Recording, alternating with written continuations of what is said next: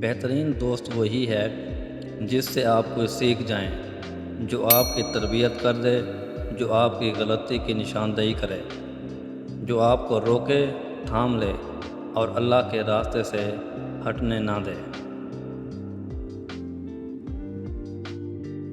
کبھی کبھی ہم دماغی، جسمانی اور نفسیاتی لحاظ سے اتنا تھک چکے ہوتے ہیں کہ ہمیں ایسے شخص کی ضرورت محسوس ہوتی ہے جو ہمیں لیکچر دینے کی بجائے، تسلی دینے کی بجائے چپ چاپ اپنے کندھے پر سر رکھ کر سونے دے، نہ کچھ پوچھے، نہ کچھ بولے۔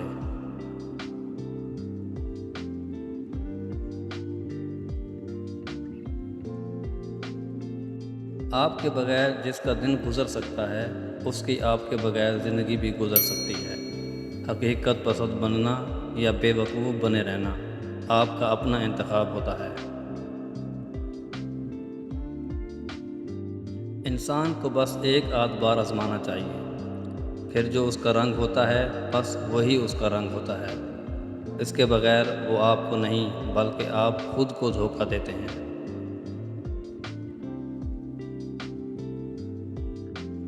یہ دنیا ایسا خسارہ ہے کہ آپ کسی کے لیے کچھ بھی کر لیں، وہ آپ کی ذرا سی لغزش پر آپ کو آپ کی اوقات یاد دلا دیتے ہیں، پھر چاہے آپ نے ان لوگوں کے لیے اپنے عزیز رشتوں اور چیزوں کو بھی وقت دینا چھوڑ دیا ہو، ان کے لیے یہ چیز کوئی معنی نہیں رکھتی۔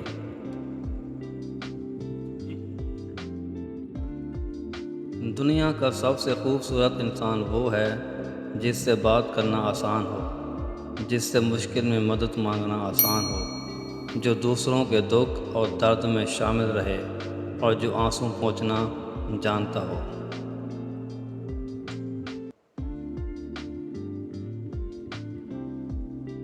جب آپ کو کسی کی یاد ستائے تو اس کے لیے ایک طویل میسیج لکھیں، مگر اسے سینڈ مت کریں اور سو جائیں۔ جب آپ اٹھیں تو اسی میسیج کو دوبارہ پڑھیں۔